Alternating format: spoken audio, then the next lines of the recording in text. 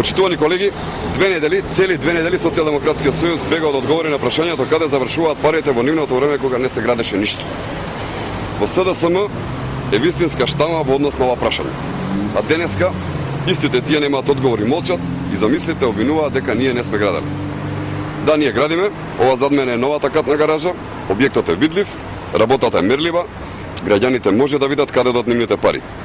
Катната гаража ќе има 2 ката под земја и 7 над површината со 445 паркинг места. Инвестицијата е вредна околу 656 милиони денари. Се инвестира во други проекти. Започната реализација на посебен проект за изградба на канализации на водоводи во сите општини во вредност од 50 милиони евра. Се реши проблемот со водоснабдувањето на Прилеп. Вкупната вредност на проектот излезуваше 10,2 милиони евра. Реализирани се првата и втората фаза од проектот водоснабдување на Свети Николе. Изграден е систем за водоснабдување во населените места Долно Алгарци, Горно Алгарци и Делеговци во општина Новаци. Изграден е водоснабдителен систем во населеното место Буково, општина Битола. Во енергетиката се изврши рехабилитирање на турбините и генераторите во рек Битола. Се изготви проект и се обезбедија средства за првиот ветерен парк, се изработија проекти и се обезбедени средства за Бошков мост и Луково поле.